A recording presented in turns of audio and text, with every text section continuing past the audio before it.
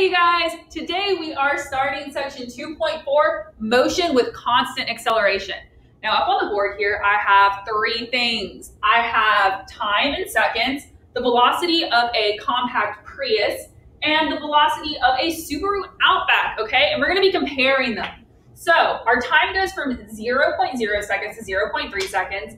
And in that time, the Prius goes from 0 meters per second to 1.5 meters per second, whereas the Outback only goes from 0 meters per second to 0.6 meters per second. So that's gonna start begging the question of which one has a greater acceleration, which means like which one's speeding up faster, okay? If you said Prius, you are onto something, okay? The Prius is going faster than the Outback in a shorter period of time. So let's look at this in a graph. Because like I always say, we love graphs in physics. Okay, so we are going to have, oh, this one's horrible. We are going to have a velocity versus time graph, okay? So velocity versus time graph, okay? Now, on this, our time is going to go from 5 to 15 seconds. So we're gonna have 5, 10, 15. And our velocity is going to go from 10 to 30 seconds. So we're gonna have 10, 20, and 30, all right? Now let's look at this. At 6 seconds, our Prius is going to have reached 30 meters per second. So at 6 seconds, it's gonna take our Outback until 15 seconds to reach 30 meters per second. So remember, they both started from 0. Ooh, that's not gonna be a straight line. Back it up. So we have here is our Prius, and here is our Outback. So this is Prius, this is Outback. You'll notice that the Prius, which we said had the greater acceleration, has a steeper slope than our Outback. So I'm gonna give something away real quick. The slope of a velocity versus time graph is going to give us our acceleration, okay? So let's look at the rise over run because that's what slope is, right? And so our Prius is going to rise from 0 to 30. All right, so Prius, its rise, it's going to end at 30. It started at 0, and it's doing it from 0 to 6 seconds. So we're gonna have 6 minus 0. So we end up with 30 divided by 6. What does that give us? If you said 5 meters per second squared, you are correct, okay? Then there's the Outback.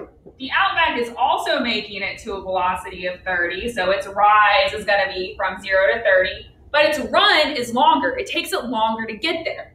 It's gonna be from 0 to 15. So our final time is 15, our initial time is 0, so we're gonna have 30 over 15. What's 30 divided by 15? It is going to be 2 meters per second squared.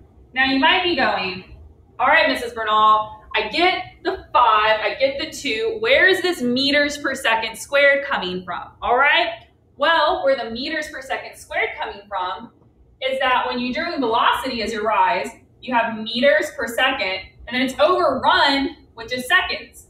So that's like saying meters per second times 1 over seconds. When you do that, you get meters per second squared. And that is going to be our unit for acceleration. I repeat, our unit for acceleration is meters per second squared. All right, so we have a unit. We know that our acceleration is the slope of a velocity versus time graph. So that segues really nicely into what is our equation for acceleration. All right, so we'll get rid of this. Just wash it away. Okay? And you might have already guessed, since it's the rise over run, which is the change in velocity over the change in time, that our equation for average acceleration is going to be equal to delta V over delta T. So our change in velocity over our change in time. And that can be written out as V final minus V initial over T final minus T initial. And once again, our units are going to be that meters per second squared.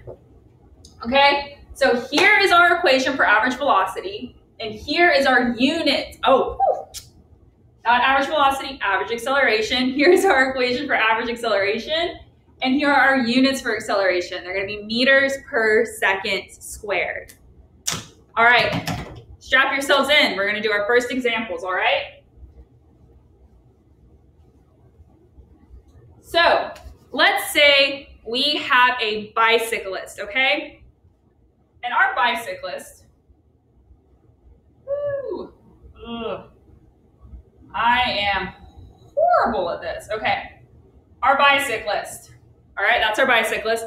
He has a velocity of 6 meters per second, okay? And he has a constant acceleration of 2 meters per second. So his acceleration is going to be in the same direction, and it's going to be 2 meters per second.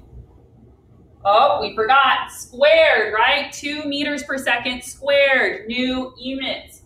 All right, so velocity, positive 6 meters per second. Acceleration, positive 2 meters per second. And what we want to know is, what is her velocity later? So we want to know the bicyclist velocity 1 second later and 2 seconds later. So let's look at 1 second later.